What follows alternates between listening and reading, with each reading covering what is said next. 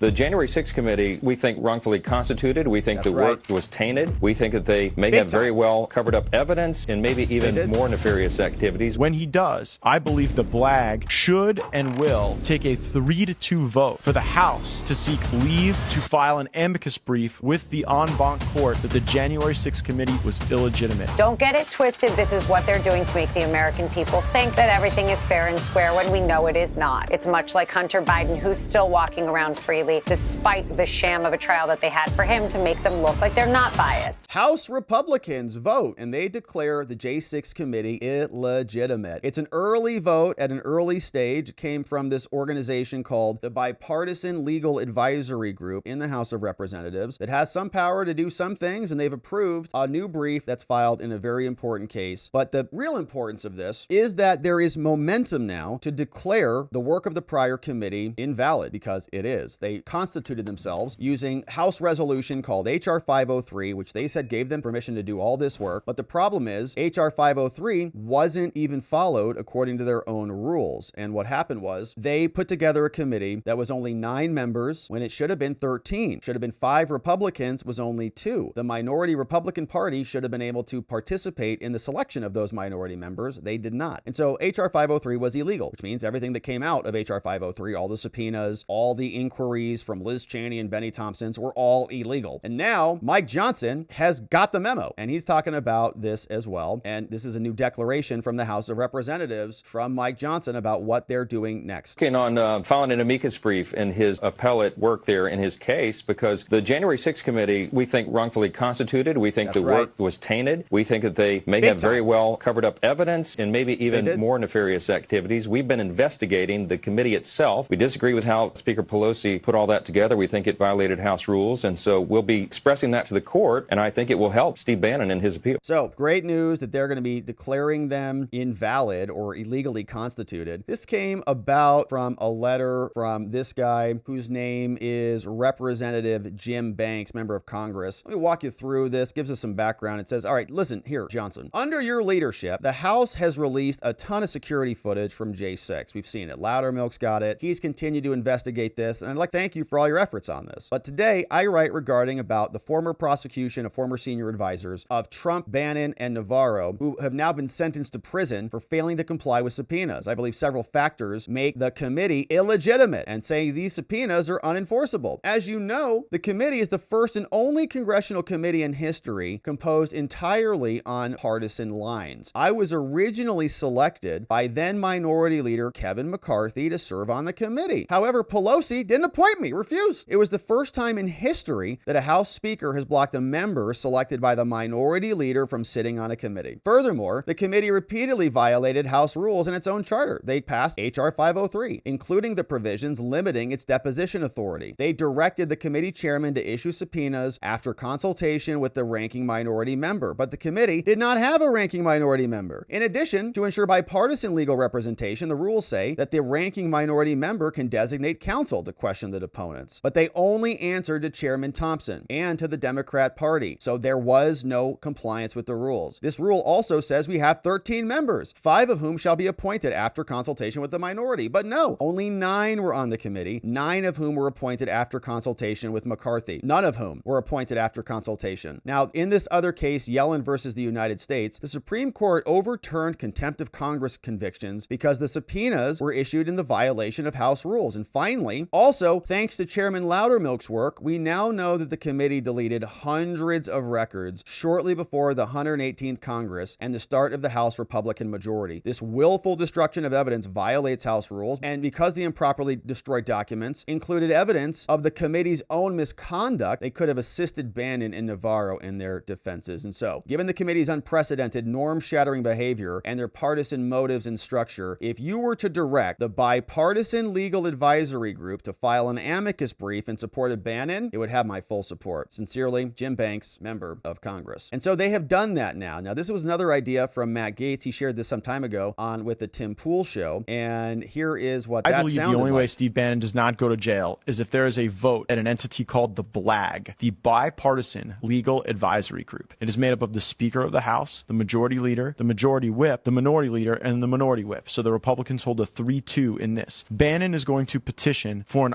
en banc review of this determination to revoke his bail. When he does, I believe the BLAG should and will take a 3-2 vote for the House to seek leave to file an amicus brief with the en banc court that the January 6th committee was illegitimate. It was illegitimately formed. It was a runaway committee, did not have a proper minority member, and whether it's Peter Navarro or Steve Bannon, nobody should be sitting in a jail cell because they would not comply with the absurd musings of a committee unlike any before in our nation's history. Illegally constituted. So we also have a Politico report. Politico tells us that GOP leaders back Steve Bannon's fight against the conviction for defying the January 6th panel. Republican leaders voted to make their determination the formal position of the House. Oh yes. Says Speaker Johnson and other House leaders voted on Tuesday to reject the previous Congress's handling of the J6 committee, the last-minute effort to boost Bannon's appeal from his 2022 conviction for defying a subpoena from the panel. The Republican leaders were there. They voted to make their determination the formal position of the House, allowing them to file a legal brief on behalf of the chamber. Vote was along party line. It was a secret vote, first reported by Politico. They were granted anonymity to discuss the vote. The move comes as Bannon goes to the Supreme Court. He's scheduled to go to jail on July 1st. Johnson, Majority Leader Steve Scalise, and Rep. Tom Emmer confirmed the closed-door statement on Wednesday. The House brief will be filed with the D.C. Circuit Court of Appeals, which is considering the fight. It will withdraw certain arguments made by the House earlier in litigation, but it also remains to be seen what the legal effect will have. Several judges, including Trump's judge, found the J6 committee's subpoenas were valid. Yeah, and they used the separation of powers argument on that. The courts just said, well, it's the House. If they don't want to follow their rules, nothing we can do. I mean, I got a valid subpoena here. It comes from Congress. So Congress wants to deal with that. They can deal with it. But I can't manage the House. The Justice Department indicated to him weeks later, and a jury convicted him in July. So Republicans are now doing something on that. That is good news. We also saw BLAG voted yesterday. Olivia Beavers wrote this. House GOP voted to reject the previous Congress's position on the J6 committee. The subpoenas are invalid. The report is invalid. All the testimony is invalid. It's all invalid. Everything that came out should go right in the garbage. And in fact, they should all be investigated, again, trying to weaponize the government outside of their own rules. So that is now something that has happened. Steve Bannon is very happy about this. He submitted a text message over to Axios last night. They say Steve Bannon praised House Speaker Johnson after Johnson vowed on Tuesday to file a legal brief in support of Trump and Trump's advisor. Bannon is due to report to prison, 4-month sentence starting in July. Johnson said on Hannity that they were going to be supporting him, and so Republicans are now fighting back. Bannon sent a text. Speaker Johnson and House leadership showed tremendous courage in repudiating the illegally constituted J6 committee and its activities and investigations, Bannon said. And he's absolutely right about that. The whole thing is illegitimate. So here is Alina Habba talking not necessarily about the J6 committee, but about a lot of the lawfare and the weaponization of all of these institutions. The J6 committee, the criminal prosecution in New York, the Big Fanny prosecution, the classified documents case, on and on and on. And everywhere we go, they just keep trying to gag Trump. They keep trying to lock him down. They want to get these trials done before the election because it's all political. It's not about justice at all. Sure, Sean. Thank you for having me. Well, first and foremost, we have the absolute ridiculousness where they try and make it sound like Judge Merchan is being politically unbiased. We know that's not the case. We had a partial win in the First Amendment gag order where he allowed the president to now speak about witnesses. Remember, President Trump is the only person being gagged here. He is the only political candidate that is being gagged. Witnesses themselves weren't gagged. So we have Judge Merchan now, after the trial, after people like Michael Cohen could go on MSDNC and all the rest and talk. Now they say, oh, hey, you were convicted by a New York blue jury, but now you can talk. Don't get it twisted. This is what they're doing to make the American people think that everything is fair and square when we know it is not. It's much like Hunter Biden, who's still walking around freely despite the sham of a trial that they had for him to make them look like they're not biased. So then on top of that, Sean, we had the DOJ and,